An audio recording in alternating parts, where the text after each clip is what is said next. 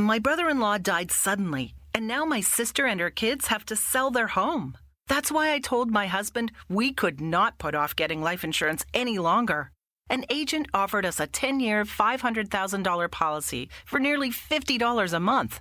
Then we called SelectQuote.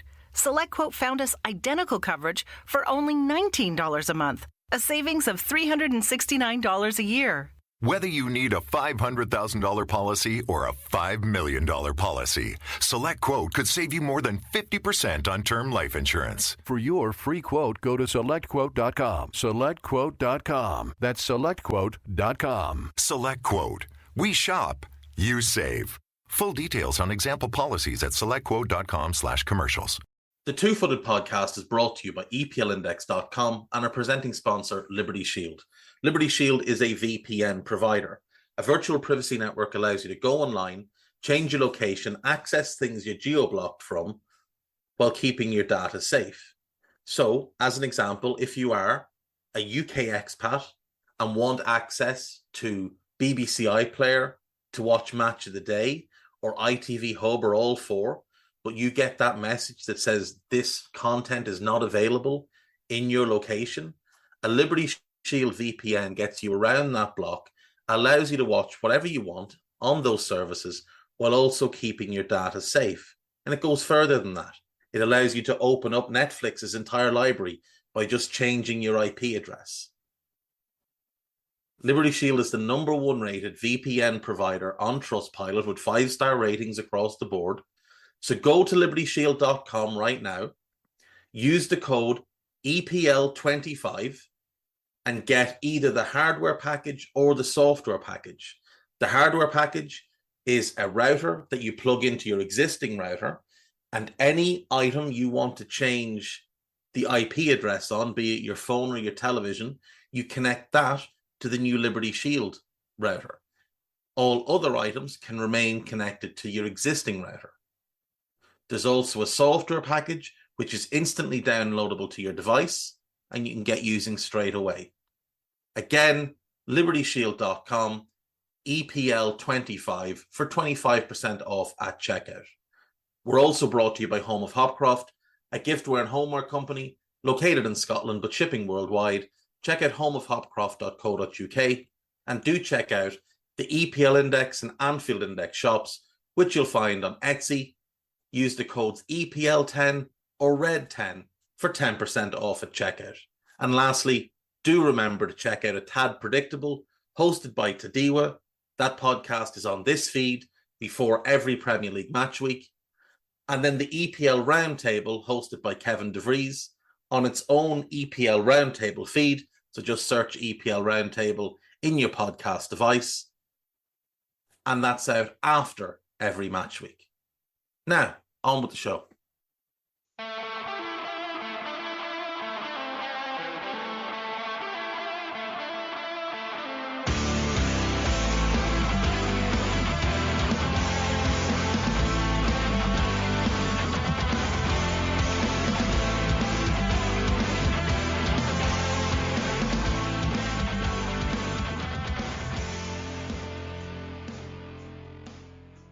What's good, boys and girls? Two-Footed Podcast. Today is Tuesday, the 5th of December. Hope you're all well.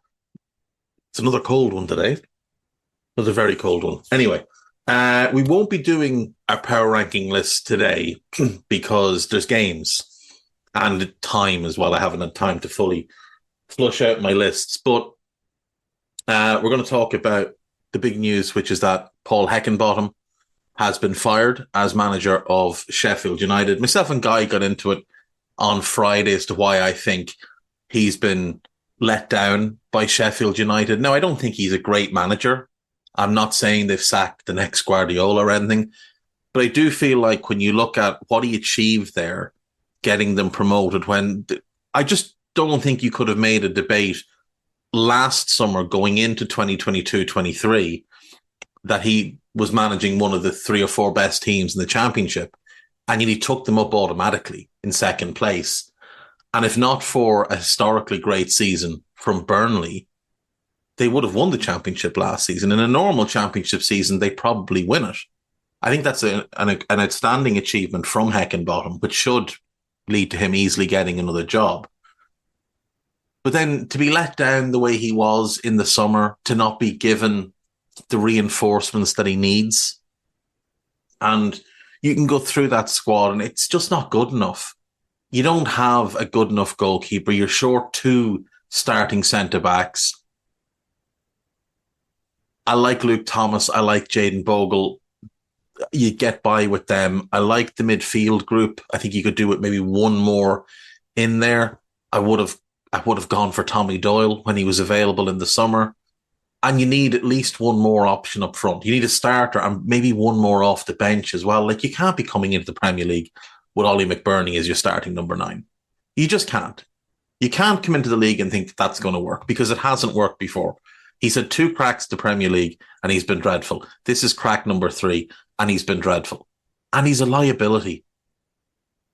So I think that's a manager who's been let down.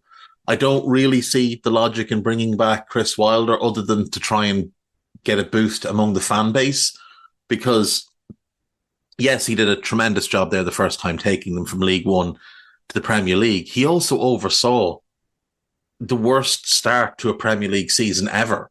2 points from 17 games. Just think of how hard that is, to go 17 games in the Premier League without a win. 2 draws in 17 games. They had that little bounce back where they won 3 of 5, and then it was just bad after that again. And then he left, and they did improve marginally towards the end of the season.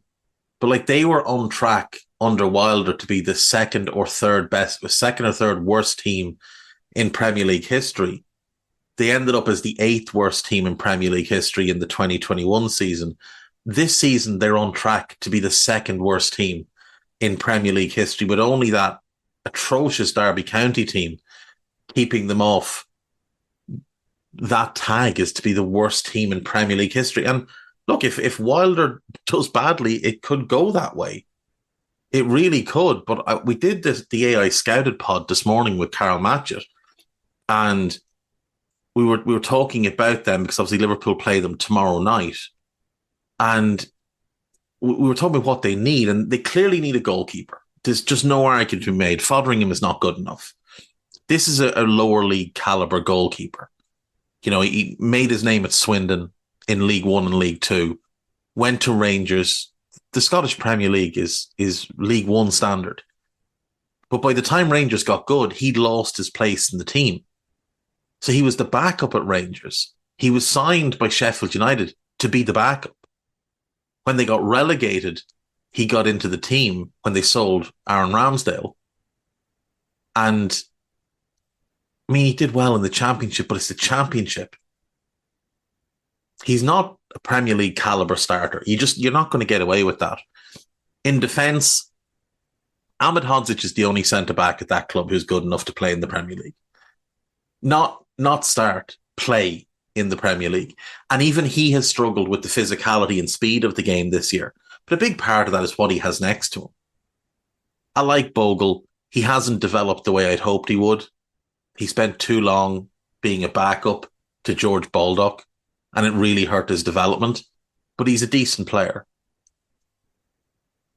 I like Luke Thomas. They only have him on loan. I do like Norrington Davies, and I think he's a Premier League caliber player. So left back is set.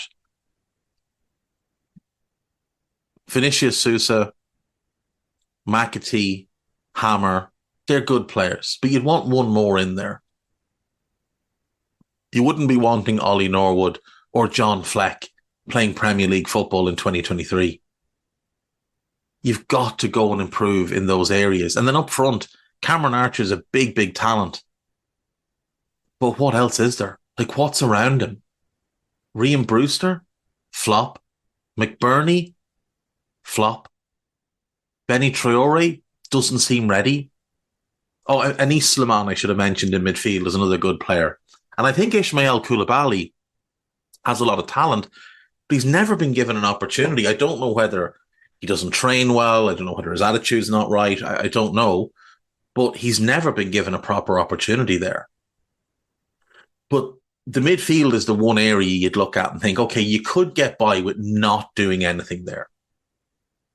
But you have to get a striker. You've got to get 2 centre-backs, and you've got to get a goalkeeper. If you're going to be in any way competitive over the next 24 games of this Premier League season, you've got to go and buy 4 players, and they've all got to be starter quality players. That's going to run you 70, 80, 90 million. And if you're willing to spend that in January for Chris Wilder, why didn't you do it in the summer for Paul Heckingbottom, who got you promoted? Like, when they came up under Wilder, they didn't spend huge amounts in the first season. If we go back and look, they brought in Luke Freeman. He didn't work out at all. Currently 31, without a club. Spent 3 years at Sheffield United, having arrived from QPR. Played 16 games the first season. Was loaned out to the Championship the second season. And then when they were in the Championship, he played 8 games. And then he was loaned out again. Like, that's a flop. They brought in Jagielka on a free. It made sense. He was brought in to be a squad player. They signed Callum Robinson. He didn't last all that long there. They signed Ravel Morrison on a free. Lys Mousset was a decent player, but didn't perform for them. 53 games, 9 goals. That's a striker. Ben Osborne arrived from Nottingham Forest. They spent a decent amount of money on him. He struggled with the Premier League. He did well in the Championship, and he struggled again in the Premier League this time around. They signed Ollie McBurney for 20 million. McBurney came in, scored 6 goals in 36 Premier League games, 1 in 23 the next season. Then he went to the Championship and didn't score in 28 games. 13 goals last season, 2 so far this season, 25 goals in 145 games in all competitions. That's a flop. They signed Jack Rodwell on a free. It didn't work out at all for them. Now, that's not their fault. I probably would have made that same move because, you know, he's an experienced Premier League operator. There is a lot of talent with Rodwell. It's always been more about him. He played 2 games in total, 1 in the Premier League. He's been in Australia the last couple of years. They brought in Jack Robinson on a free. I mean, he's playing regularly for them now, but he played 17 Premier League games in the first 2 campaigns. And they signed Sander Berge in the January for 22 million. And he was good initially. Then he hurt his ankle, missed much of the second season. And it's not like he lit the world on fire in the Championship either. Now, they got most of their money back when they sold him to Burnley, but you wouldn't say he was a success at the club, despite the fact he was one of the best players. They brought in Dean Henderson on loan. That one worked. Mo Besic on loan from Everton. That one didn't work. Panaretsos came in on loan. It didn't work out. And they signed Zivkovic. It didn't work out. Like, that's a lot of failed transfers. That's just the first season. That's not a huge amount of money spent for a newly promoted team. The following season, having had a very good campaign that first year, where it was largely the team who'd gotten promoted. Dean Henderson came in and started, obviously. But Baldock, Stevens, O'Connell, Basham and Egan, that was the back 5 from their Championship campaign. Many of them were there for the League One campaign. It was a really good back 5. It all worked very well. Baldock looked fine at that point. Basham looked fine at that point. The midfield, Fleck, Lundstrom and Norwood, again, was the Championship midfield. It was only up front that they really made changes. David McGoldrick and Ollie McBurney playing regularly as the starting 2. But they scored 8 goals between them. Leaf Musset got 6 in the league that year. He was their top league scorer. But it was mostly the championship team. McGoldrick had been part of that championship team. But everything else, Henderson and the strikers aside, everything else was their unit that came up and were so used to playing together and had mastered Chris Wilder's system. So they get 9th, go into the second season. They sign Fotheringham. They pay big money for Ramsdale. They pay pretty big money for Max Lowe and Jayden Bogle. They pay pretty big money to bring in Ollie Burke. They spend pretty big money on Ismail Koulibaly, and they spent big money on Ryan Brewster. And they brought in Ethan Ampadu on loan. Now, they made a profit on Ramsdale, but he wasn't good for them. Lowe and Bogle, Bogle in the last year has started to show his value, but before that, not so much. Lowe, a lot of injuries. Burke was a disaster. Koulibaly was signed on the 7th of September 2000, and to date, I think has played 7 games for them. Now, he spent 2 years on loan. I think initially he was to spend 3 years on loan, but they brought him in because the team he was on loan at got relegated. Now, he's still only 22. He'll be 23 on Christmas Day. He's still young. But last season in the Championship, he played, I think, 2 games. And this season, I think he's played once in all competitions. And Brewster, that's been an unmitigated disaster. 65 games so far, 5 goals. In that first campaign, 27 league games, 30 games in all competitions, no goals. None. No goals at all. In the Championship, he played 14 games and got 3 goals. 4 and 16 in all comps in 21-22. Last season, he played 16 games in the Championship and scored once. 5 goals from 65 games for 23.5 million. That's devastating for a club who don't have, massive money behind them. But you look at those transfers and you tell me which one was successful. Which Chris Wilder transfer in the Premier League actually improved the team?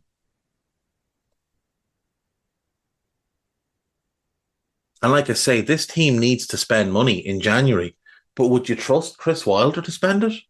Because I wouldn't. Personally, I wouldn't trust him to spend that money. I think Heckingbottom, to his credit, with the limited resources he had, I think he did a better job. Remember, Heckingbottom took over from Wilder. Then in the summer, they decided he wasn't to be the guy. And they brought in Slavisa Jokanovic, who'd gotten both Watford and Fulham promoted.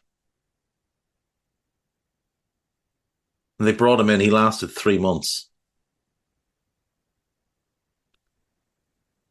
And was sacked. They bring in Heckingbottom, doesn't get the summer transfer window. In January, they bring in Adam Davies as a backup keeper, Connor Barrett. They don't do a whole lot. The one signing from that year that really worked out well for them was the loan signing of Morgan Gibbs-White. Now, to be fair, Conor Horan, I think, he had a pretty good loan spell there. But Gibbs-White was sensational. But they looked into Iliman Ndiaye and how talented he was. And Billy Sharp had a bounce-back season, having, not really been Premier League calibre. Then last summer, they bring in Ahmed Hodzic. He's worked out really well. They signed Tommy Doyle and James McAtee on loan. Both of them worked out really well. They brought in Kieran Clark on loan and Reda Kadra on loan. Ahmed Hodzic and the 2 boys from City all worked really well. But again, it was still heavily reliant on a lot of the players that had kind of gotten them promoted the first time. Baldock, Basham, Egan, all playing regular games for them. Lowe and Bogle started to get more run last season. But In midfield, again, it's John Fleck. Again, it's Ollie Norwood. They were very, very fortunate last season that Njai had an outstanding campaign, that the loanees they brought in from City were really good. Now, that's what you bring them in for. But they all clicked really well. And Ahmed Hodzic was outstanding last season. And they get promoted, and then they just don't do nearly enough. And now they've made a change. And I have to ask why they're making it now. Like, your new manager bounce, you're probably looking at the next 6 games. Their next 6 games are horrendous. They've got Liverpool, Chelsea, Villa, and City in that run. Chelsea, City, and Villa are all away. Now they get Brentford at home. Maybe they get a point there. They play Luton at home. Maybe they win that one. You don't expect them to get anything from Liverpool tomorrow night. So, like, as I said, 4 points is what I'd be looking at. And I think that's the same regardless of who the manager is. So then you've got to go into January. Your new manager bounce is gone. You've got to trust a guy to recruit whose record of recruitment when he's had significant money to spend has not been good, who's failed in his 2 jobs since leaving you. Like, if you were going to make a change, you should have done it 6 weeks ago. Because the start has been so poor that at no point have they looked competitive.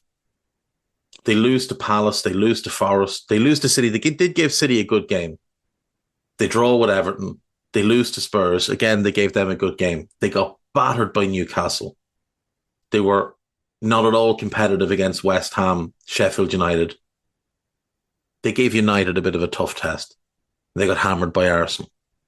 Then they somehow beat Wolves. They drew at Brighton. That was 2 good results. Those are 2 very good results. Then you're beaten by Bournemouth and you're hammered by Burnley.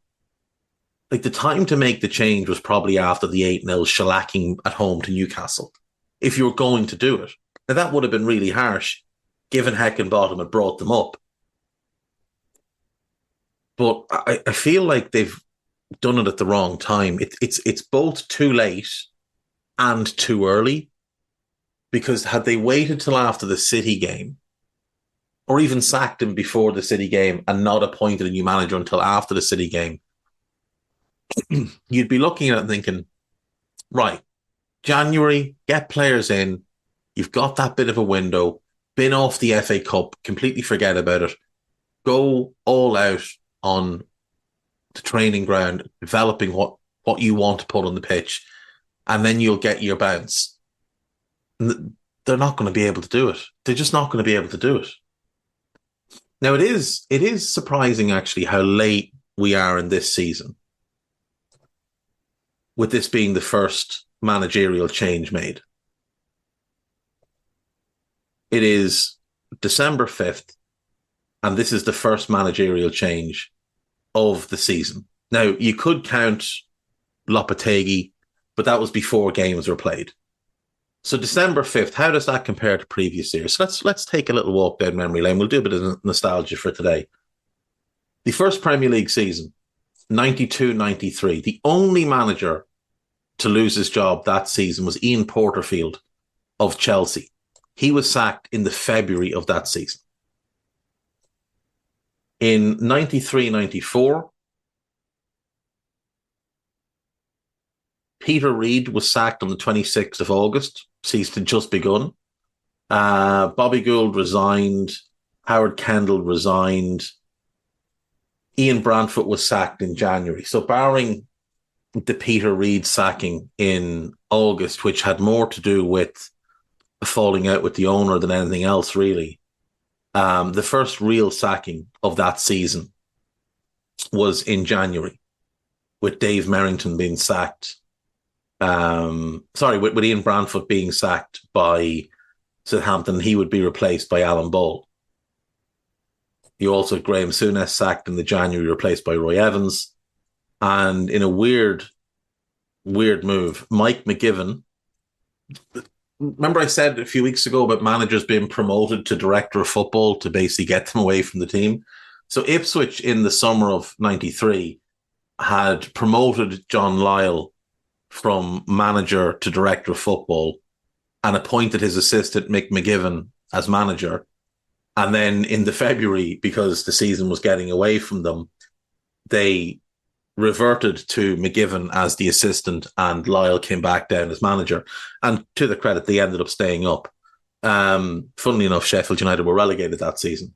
So there we go, January for that season. 94-95, November 1st, Ozzy Ardiles is sacked, replaced by Jerry Francis. Mike Walker is sacked by Everton, replaced by Joe Royle. And Ron Atkinson is sacked by Aston Villa, replaced by Brian Little. They all took place in the November. 95-96.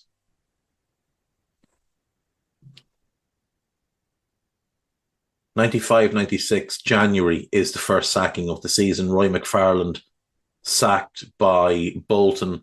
Colin Todd becomes manager. Now, if I'm not mistaken, McFarland and Todd were joint managers that year. They'd replaced Bruce Rioch, who'd gotten Bolton promoted and then got the Arsenal job, replacing George Graham. Well, replacing Stuart Houston, who'd been the caretaker manager after Graham was forced to resign. McFarland was sacked. Todd took on sole control of the team. 96-97. The first sacking of the season is in September 10th, very early. Howard Wilkinson sacked and replaced by George Graham. The only sacking of the season, would you believe? Moving on, 97-98. David Pleat sacked by Sheffield Wednesday on the 3rd of November is our first sacking of that season. Ruud Gullit would be sacked later in that year, and Steve Coppell, following a great tradition, would be promoted to director of football in the March by Crystal Palace. 98-99, our first sacking is Kenny Dalglish sacked by Newcastle on the 27th of August, followed by Christian Gross sacked by Spurs on the 5th of September. For those that don't remember Christian Gross, he turned up at his introductory press conference with a ticket to the London Underground, saying that it was his ticket to his dream. And in his head, in his own language, it was probably quite cool. It didn't play very well, and he looked like a bit of an idiot. And it was harsh because he was harshly judged from there. He was a good manager who'd done well before he arrived at Spurs, did well after he left Spurs, but unfortunately, that sort of wrote the narrative on him from the first press conference, and he never really recovered. Sacked later in that season, Roy Hodgson by Blackburn in the November, and then Dave Bassett sacked by Nottingham Forest in January. Dave Bassett is just one of those really good managers from back then. I'm going to do a nostalgia day on 90s managers, featuring the likes of Dave Bassett and Joe Kinnear and George Graham and people like that. Moving on to 99-2000. Now, through those seasons that we've just been through, there's only been 2 seasons where there's been a later first sacking than this current season. 99-2000, the first sacking is Dave Jones in January of 2000. Contract terminated by Southampton. Actually, 3 seasons, wasn't it? No, 2 seasons where it was later. That's now 3. 3 Premier League seasons where the first managerial sacking has been later than this season. 2000-2001, Gianluca Vialli, first manager, sacked 12th of September to be replaced by Claudio Ranieri. In November, Chris Hutchins is sacked by Stuart McCall, sacked by Bradford and replaced by Stuart McCall as caretaker. And funnily enough, Stuart McCall has been sacked today by Sheffield United as part of the backroom staff who've left along with Heckingbottom. Sacked later in that season, George Graham, replaced at Spurs by Glenn Hoddle. 01-02, First sacking, Peter Taylor, replaced by Dave Bassett. That was the 30th of September. Stuart Gray was sacked the next day by Southampton and replaced by Gordon Strachan. We also saw Colin Todd sacked by Derby, replaced by John Gregory, and Walter Smith sacked by Everton, replaced by David Moyes. And keeping the great tradition going, on the 6th of April, Dave Bassett, who'd been appointed on the 10th of October, was promoted to Director of Football by Leicester City. 02-03, David O'Leary was sacked in the summer. The first sacking of the season was Peter Reid, sacked by Sunderland on the 7th of October, replaced by Howard Wilkinson.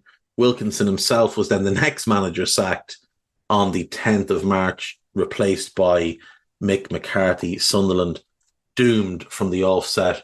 Terry Venables sacked by Leeds that year. John Tigana sacked by Fulham in April. But the first sacking, obviously, Peter Reid, who'd done such a good job there, but it was just one season too many. On to 03-04, and our first manager sacked is Glenn Hoddle by Tottenham. That was the 22nd of September. Peter Reid will be sacked by Leeds on the 10th of November. And that was basically it for that year. 04-05. What have you got? Ranieri sacked in the preseason, or sacked in the summer. Bobby Robson sacked 30th of August, replaced by Graham Souness. Gary Megson sacked 26th of October by West Brom, replaced by Brian Robson. And Southampton sacked Steve Wigley in December and replaced him with Harry Redknapp, who had been previously manager of Portsmouth. And it's long been rumoured that Redknapp knew Southampton were going to sack Steve Wigley and that he wanted the job, and that he resigned from Portsmouth so that he wouldn't be under contract and there wouldn't be any kind of hassle, because there's no way Portsmouth would have even considered an approach by their biggest rivals. 05-06.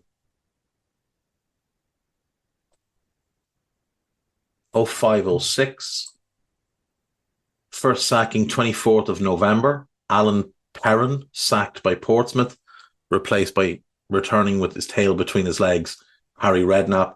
Graham Souness was sacked in the February by Newcastle, and Mick McCarthy was sacked by Sunderland in the March, as Sunderland put forward the worst season in Premier League history at that point. 06-07. First sacking of the season is Ian Dowie, 13th of November, by Charlton, replaced by Les Reed. Alan Pardew, Les Reed himself, and Chris Coleman would all be sacked later that season. Moving on, 07-08. The first sacking of the season is the 25th of October, when Martin Jol was fired by Tottenham, replaced by Juan de Ramos, who'd had some great success with Sevilla. Chris Hutchins was sacked a couple of weeks later by Wigan and replaced by Steve Bruce. And then Laurie Sanchez will be sacked by Fulham and replaced by Roy Hodgson, who'd obviously go on to do quite well with Fulham, bringing them to Europa League final. 08-09, our first sacking of the season comes on the 25th of October, when Juan de Ramos is sacked and replaced by Harry Redknapp, who decided to walk out on Portsmouth, having left them on the brink of bankruptcy. 09-10, our first sacking is the 24th of November. It's Paul Hart, who'd replaced Redknapp at Portsmouth. He was replaced by Avram Grant. Mark Hughes will be sacked and replaced by Roberto Mancini, and Gary Megson will be fired by Bolton and replaced by Owen Coyle, who'd done really well at Burnley up until that point. 09-10, first sacking of the season, the 6th of December. Chris Hughton sacked by Newcastle, replaced by Alan Pardew. So there's the fourth season where we've had a sacking later than this one as our first sacking of the season. A week after that, Sam Allardyce was sacked by Blackburn, and replaced by Steve Keane. Later in the year, we'd see Roberto Di Matteo sacked by West Brom, replaced by Roy Hodgson, and Avram Grant sacked by West Ham, and he would take over. Kevin Keane would take over there. 11-12. First manager sacked, 30th of November. Sunderland fire Steve Bruce and replace him with Martin O'Neill. Neil Warnock, Mick McCarthy, and Andre Villas-Boas all sacked later that season. 12-13. First manager fired, Roberto Di Matteo, who just won the Champions League 6 months beforehand, sacked on the 21st of November. 2 days later, Mark Hughes was sacked by QPR. Nigel Atkins was sacked by Southampton after doing incredible work to bring them from League One into the Premier League. Brian McDermott would be sacked by Reading. Martin O'Neill would be sacked by Sunderland. And Roberto Mancini would be sacked at the end of the season by Manchester City, despite having won the league title the year before. So the European Cup and Premier League winning managers of the 11-12 season would both be sacked within 12 months. That's staggering. But that was the ambition of Chelsea and Manchester City. 13-14 then, your first manager fired is Paolo Di Canio. How he was ever allowed to manage Sunderland, I don't know, but he was the first manager sacked on the 22nd of September. You also had Martin Yole, Steve Clark, Malky Mackay, Michael Laudrup, Rene Meulenstein, Chris Hughton, and David Moyes all sacked in that season. 14-15. First manager fired, Neil Warnock, 27th of December. So there's our 5th season with a manager leaving later than this without wanting to leave or it being tagged as mutual consent. Alan Irvine sacked on the 27th of December. So that's 5 seasons now that we have. 15-16. Let's have a look. First manager fired, Brendan Rodgers, 4th of October. Dick Advocat resigned as Sunderland manager that morning to be replaced by Sam Allardyce. Rodgers was sacked after Liverpool drew at Everton. He was told the previous week that he was gone. He would obviously be replaced by Jurgen Klopp. Tim Sherwood was sacked a few weeks later by Villa, replaced by Remy Gard. Gary Monk would be sacked in December by Swansea and replaced by Alan Curtis. And Jose Mourinho would be sacked by Chelsea, having won the league the year before, and replaced by Gus Hiddink. Also sacked that year, Steve McLaren and Roberto Martinez. Martinez, I think, was sacked after the last game of the season. 16-17. First manager fired, Francesco Guidolin, sacked by Swansea, 3rd of October. Alan Pardew, Bob Bradley, who took over from Guidolin at Swansea, would only last 2.5 months. Mike Phelan of Hull and Claudio Ranieri of Leicester, who'd won the league the year before. That's the 3rd time then we've had a manager win the Premier League and be sacked within 12 months.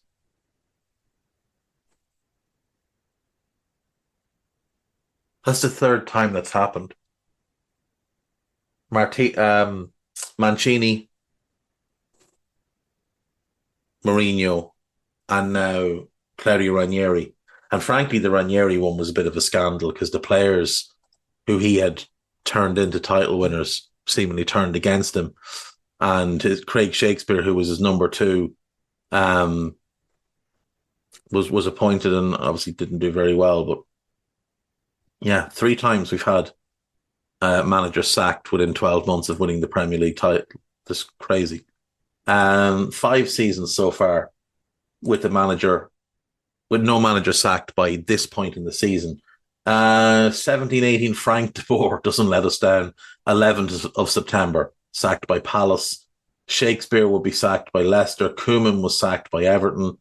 Bilic was sacked by West Ham. Pulis was sacked by West Brom, all before this point in the season. Paul Clement sacked 20th of December. Mark Hughes sacked by Stoke in the January. Marco Silva sacked by Watford in January. And Maurizio Pellegrino sacked by Southampton in March. 18-19, your first manager fired is Slavisa Jokanovic by Fulham that year. By Fulham that year. He'd gotten them promoted and was sacked. Mark Hughes, who'd been sacked by Stoke, taking the Southampton job, he was sacked in the December. Jose Mourinho was sacked in the December.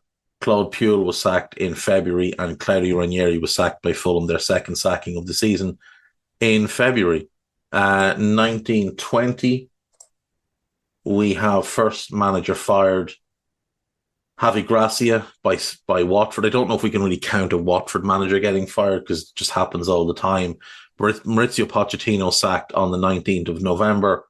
Unai Emery sacked by Arsenal on the 29th of November. Quite funny that both North London clubs sacked their managers so close together. Quique Sanchez-Flores, the second Watford manager of the year to be sacked. Marco Silva, sacked by Everton. Manuel Pellegrini sacked by West Ham. And just to complete the triple, Watford also sacked Nigel Pearson with a couple of games left. So not a great season for the Hornets. 21-22, after all the COVID mess, and we were back to a bit more normality. And your first manager fired is Slaven Bilic by West Brom on the 16th of December. So there's season number 6 with a manager sacked later than this. Frank Lampard was sacked in January, and Jose Mourinho was sacked in the April, also leaving the job that year, Chris Wilder. This was the COVID season, actually, so it wasn't after the COVID nonsense, but 21-22 was after the COVID nonsense. First manager fired is Xisco Munez of Watford. Next manager fired, that was the 3rd of October. Next up was Nuno Espirito Santo by Spurs on the 1st of November. Daniel Farke, Dean Smith, Ole Gunnar Solskjaer, Rafa Benitez, Claudio Ranieri, Marcelo Bielsa and Sean Dyche all sacked in that season too. 22-23, our final season. Scotty Two Coats Parker sacked on the 30th of August by Bournemouth. Then Thomas Tuchel sacked on the 7th of September by Chelsea. 2nd of October, Bruno Lage sacked. 20th of October, Steven Gerrard sacked. 7th of November, Ralph Hasenhüttl sacked. He still hasn't taken another job, by the way. Frank Lampard sacked by Everton in the January. Jesse Marsh sacked in the February. Nathan Jones sacked also in February. He'd only taken over in November, of course. Nathan Jones, a great manager. Tremendous gang of lads.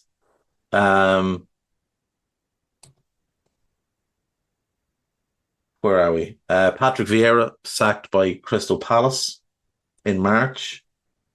And then Graham Potter sacked in April, having only taken over in September. We also had the Javi Gracia being sacked and Big Sam Allardyce coming in to rescue Leeds and failing miserably to do the job. Right, so that is that. We've had 6 seasons then where a manager has been fired later than this in the history of the Premier League. Speaking of managers being sacked, we've had 2 sackings today in the Championship. So Sunderland, actually this was last night, Sunderland have made the decision to part ways with Tony Mowbray, which is a little bit of a surprise. Now, they're not having a tremendous season. They're 9th. But I wouldn't have said it was time to sack him just yet. Now, they haven't won any of their last 3, just one win in their last 4. One win in the last 5. and they've lost 5 of their last 9.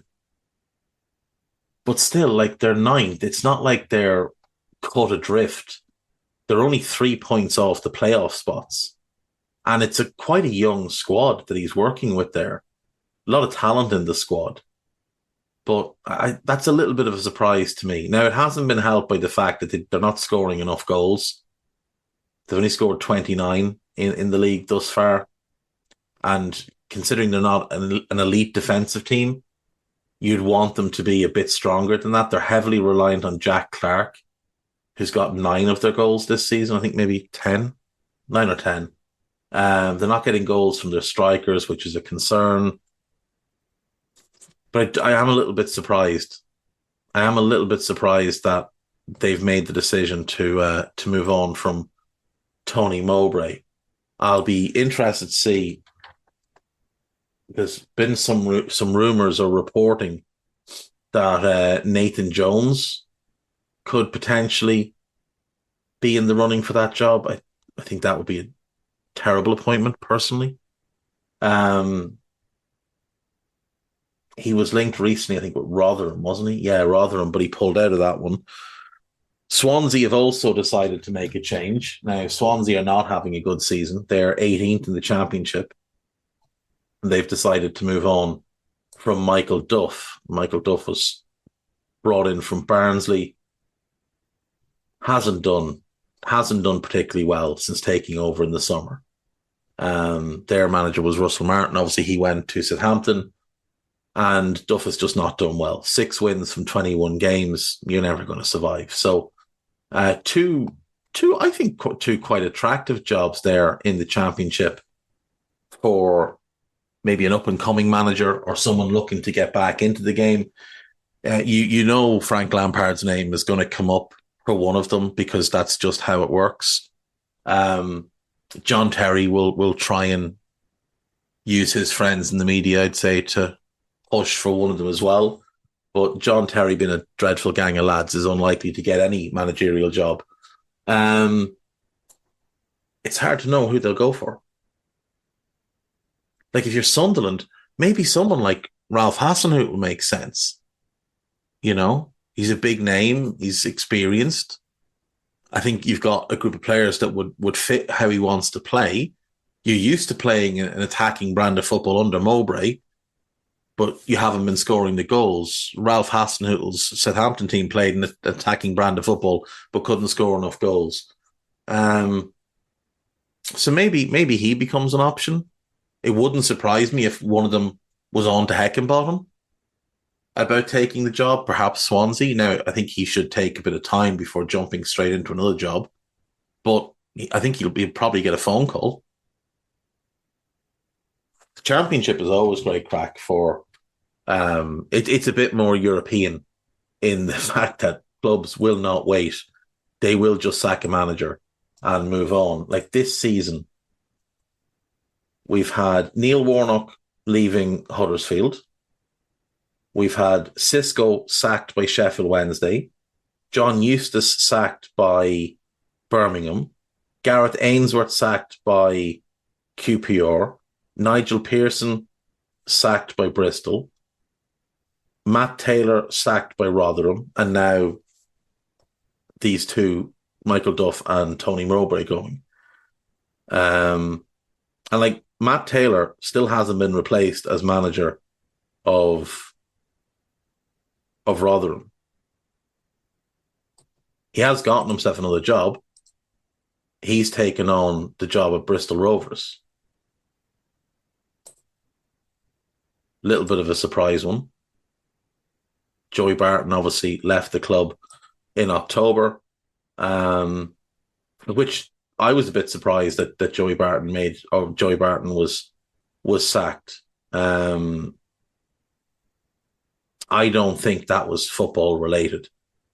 I don't think Joey Barton was sacked for football reasons. I think he was sacked because he's probably a pain in the arse to work with. Now, they weren't having a great season either. But I mean, to bring in Matt Taylor, who'd just been sacked by Rotherham, having not done a very good job at Rotherham, 18.2% win rate from 55 games. I know he did okay at Exeter, but that one didn't make sense to me. But yes, you've got 3 championship jobs at the moment open, and the Rotherham one maybe less attractive than the other 2. Swansea's ownership situation still seems a bit messy to me. Now, I'm not as up to date as I probably should be on it, but they're not a Premier League team, so I don't really pay too much attention. But the Sunderland job, for certain, that's a huge club, huge fan base, great stadium, good group of players. That's got to be a very attractive job to a number of people. Rotherham are 7 points off safety in the Championship. That's going to be a hard ask. Swansea are 18th. They're only 1 point ahead of Huddersfield in 21st, but they are 5 points above the drop zone. So I still think that's not a bad job at all to walk into. Sunderland to be the pick of them for absolute certain. What are the movements in League One this season? Let's have a look. League One. Just fun to catch up with where managers are and what they're doing and who's getting sacked. In League One, Dean Holden was sacked by Charlton in August. Scott Brown was sacked by Fleetwood in September. You could see that one coming. Mark Kennedy, former Liverpool and Millwall player, was sacked by Lincoln in October. Barton was sacked, obviously. And Mark Bonner was most recently sacked by Cambridge, and that job is currently still open. League Two. Right, Ian Dawes was sacked by Tranmere on the 10th of September.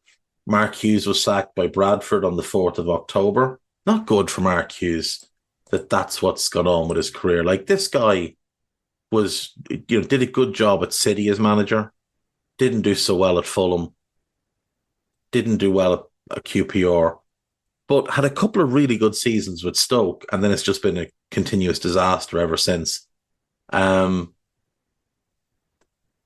Yeah, he'd be hard-pressed to get another job, I'd imagine. Neil Harris was sacked by Gillingham. Graham Alexander was sacked by MK Dons. Colchester sacked Ben Garner, and Matthew Edrington got the job. So I'm quite curious to see how he does, because I always quite liked him as a player. He was at Crawley Town as manager for a while. It was a bit of a messy place to be. Paul Hurst was sacked by Grimsby most recently. That's the 28th of October.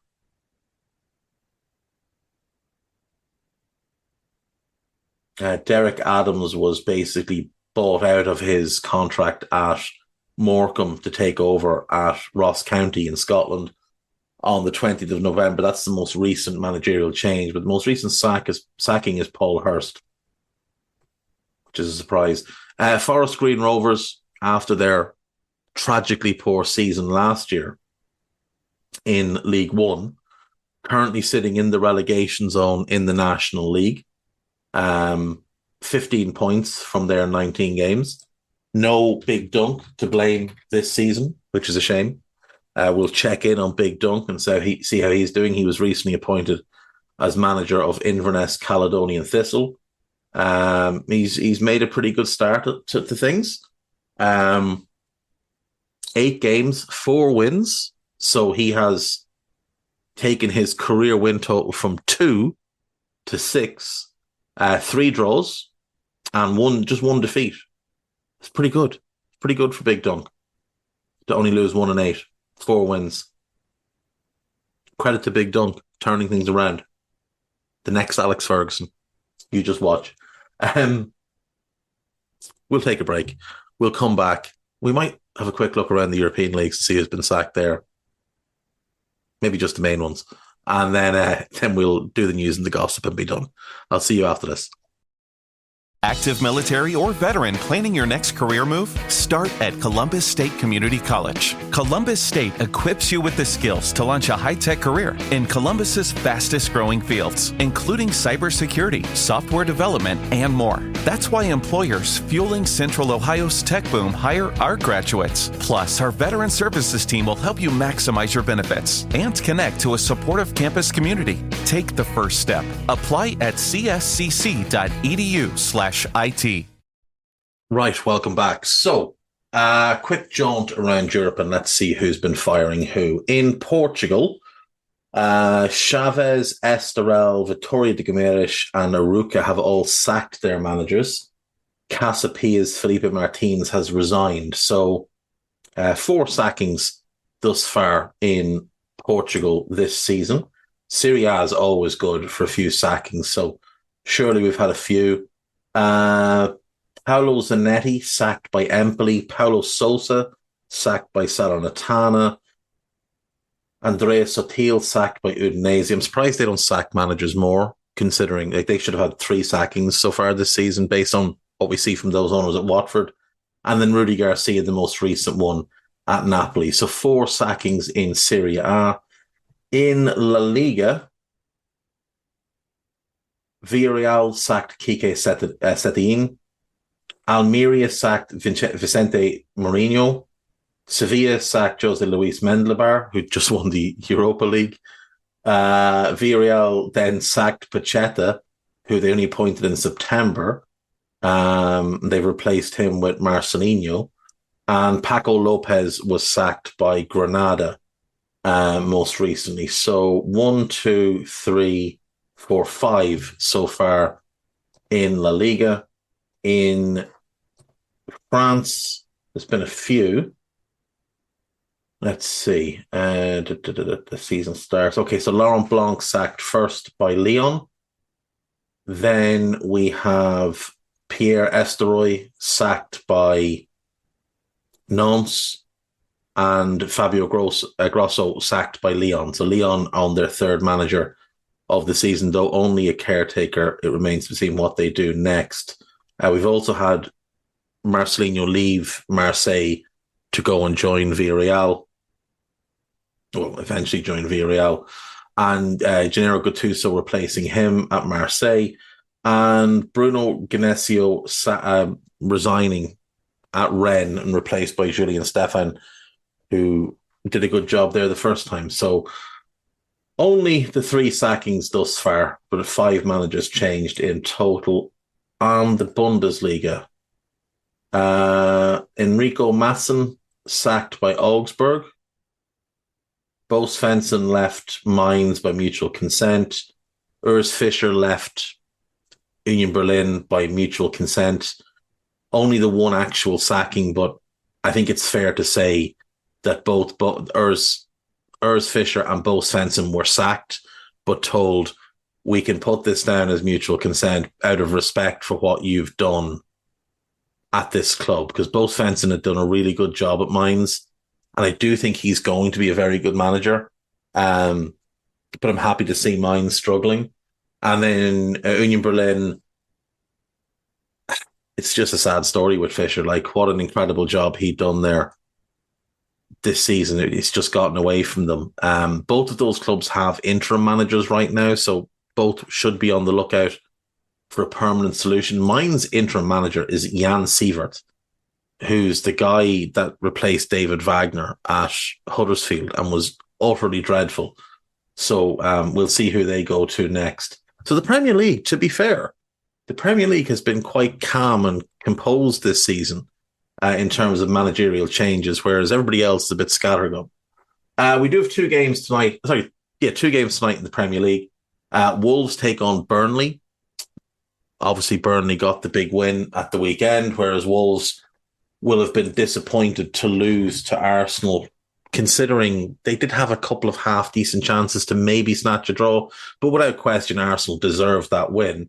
Wolves tonight will have no Joe Hodge, still no Neto, no Johnny Otto. He had a training ground incident, which has been dealt with by the club, and he won't be available for a couple of games. I assume that's some sort of internal suspension or something that's taken place there. Rayan Aït-Nouri is unlikely to play, but Jose Sa, they're hopeful that he's going to be okay. Burnley, no Jack Cork, no Jordan Beyer, no Lyle Foster, Josh Cullen's a doubt, and Muric is still out with the illness, so he wouldn't be starting anyway, so it makes no difference. The other game tonight is Arsenal away to Luton. Obviously, the Gunners are top of the league. They're going well. Going into this one, no Fabio Vieira, no Thomas Partey, no Emile Smith-Rowe. A significant doubt over Takehiro Tomiyasu. And given the injury issues he's had, they might be best to just give him the extra few days. And then Jurriën Timber probably done for the season. Luton, no Dan Potts, no Mads Anderson, no Reece Burke, no Cauley Woodrow. Sambi Lakonga wouldn't be allowed to play anyway because it's his parent club. Marvelous Nakamba is a doubt. Tom Lockyer is a doubt. And Ted Menji should be okay. Arsenal are strong favourites to win that and really should win that game quite comfortably. But Luton will cause them some problems just by being big and physical and lumping it long. And Arsenal centre-backs don't do well in the air, especially if Ben White is playing right back because he's a liability in the air. Saliba's a liability in the air. Gabriel is pretty decent, but he's a little bit over-aggressive at times. And then Zinchenko's not great in the air either. One of the reasons Tomiyasu would come back into favour over White is because he's much stronger in the air, and that helps Saliba. That's Luton's only real chance is just to lump long balls and hope for the best. But I think the safe money is on a Wolves home win over Burnley and an Arsenal away win over Luton. The Wolves game kicks off at 7:30, the Arsenal game at 8:15. We get 6 games tomorrow and then 2 on Thursday. So that's all quite good, isn't it? On to our news and gossip for today.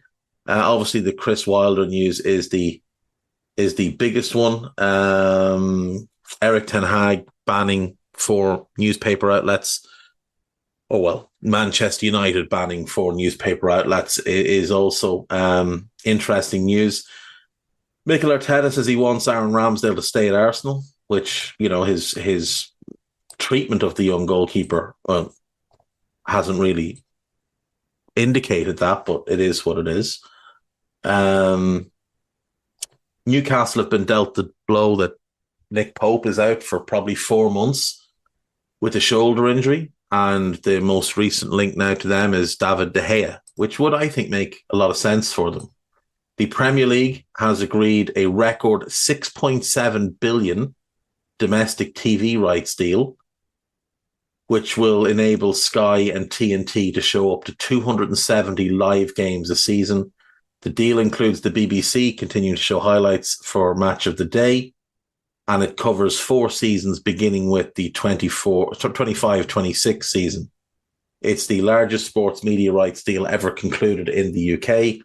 It means that the Sunday 3 p.m. blackout will remain in place, but every 2 p.m. Saturday 3 p.m. blackout remains in place, but every 2 p.m. Sunday kickoff will be televised moving forward, which is quite good.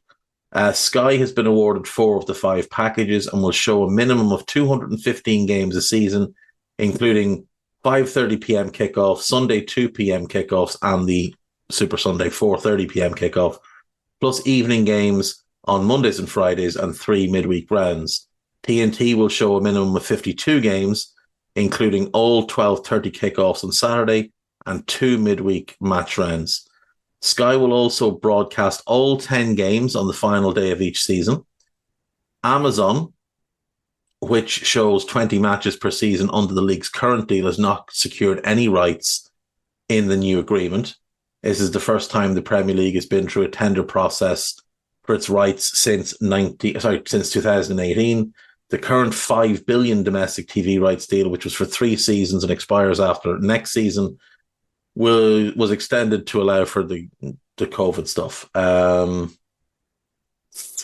now they'll go about selling the overseas rights, and the Premier League will continue to make obscene amounts of money. Brighton are in talks with Roberto De Zerbi over a new contract, according to De Zerbi, which is very, very good. He says he has a great relationship with the players, the club, Tony Bloom, Paul Barber, and David Weir, and everybody working at the club. I usually work to be happy and to enjoy, and I feel very good in Brighton, he said. I'm not surprised. Great place to live, great club, really well run, immense young talent, one of the best recruitment processes in the world. What's not to like? Like, really, what's not to like about that job? Not surprised he's happy to stay. So BBC asked people for their views on whether Erik ten Hag has been able to improve the performance of any player within the United squad. Paul said he doesn't think he's improved any of them. Nigel says that Harry Maguire is their best player. Trevor says he's not a United fan, but the loss of form of Rashford, the failure to reconcile relationships with Sancho, and the difficulty integrating Højlund appears to suggest a manager that can't manage the most talented players or motivate the more average. Ben says players with the right attitudes have progressed under Ten Hag. Wan-Bissaka, Dalot, Garnacho and Maguire have all steadily improved, to name four. Well, that's nonsense, because Maguire has not improved at all and spent almost all of last season kicking his heels. He's only in the team now because the defence is a disgrace.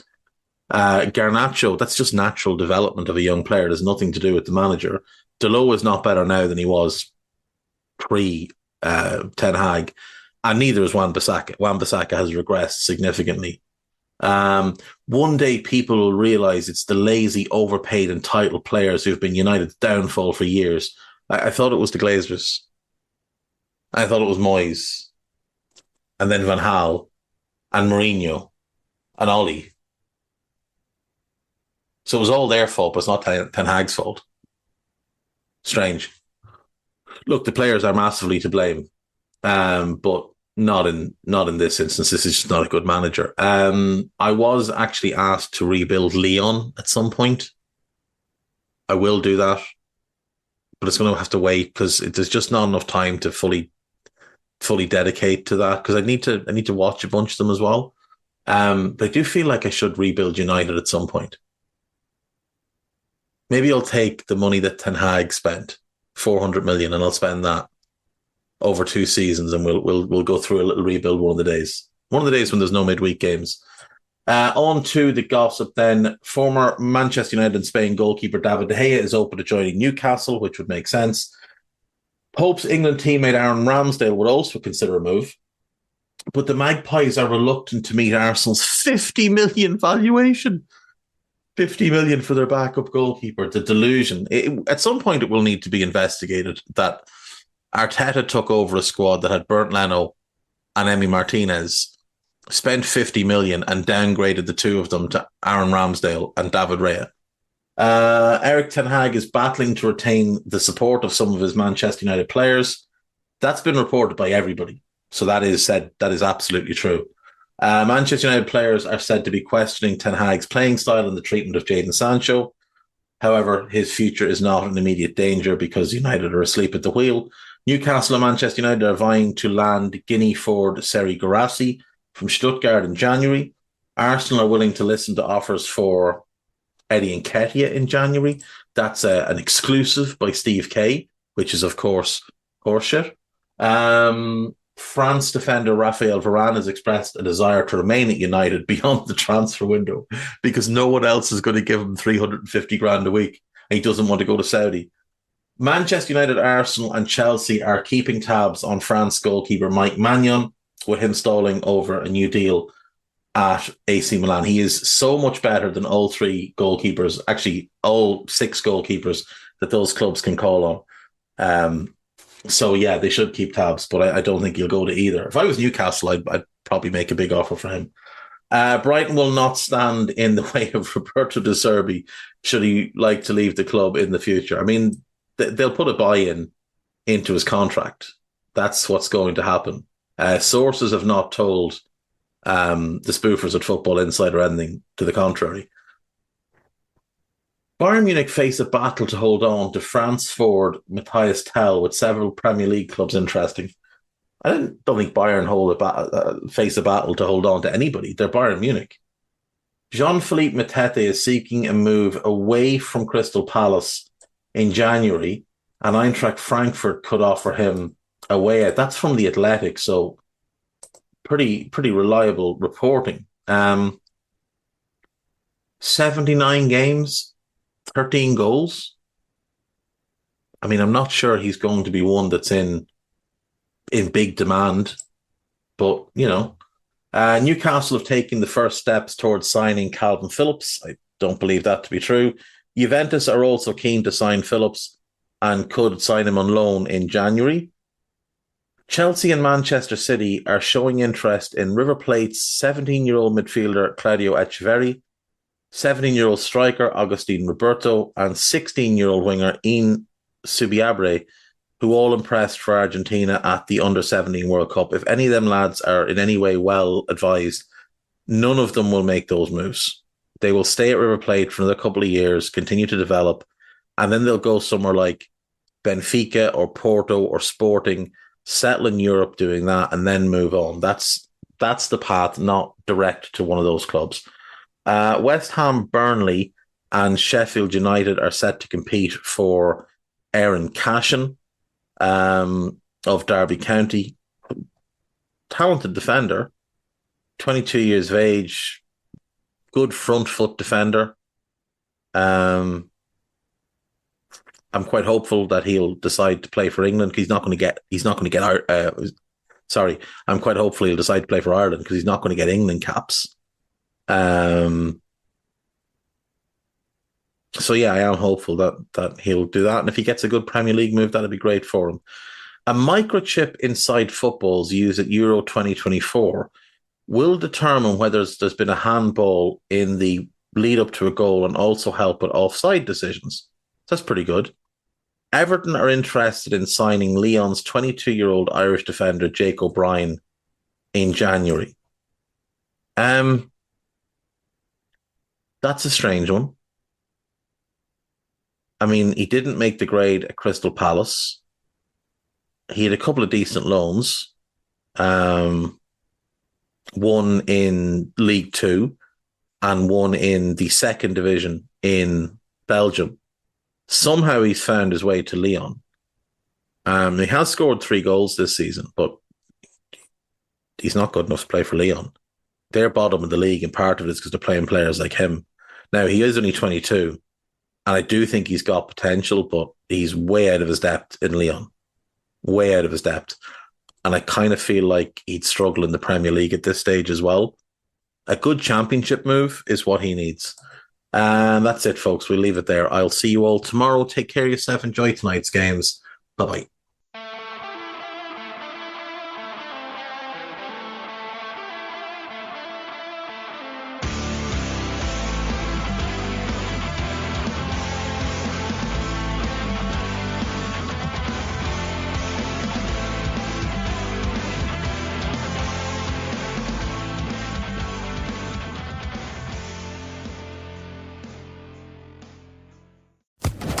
Social Podcast Network.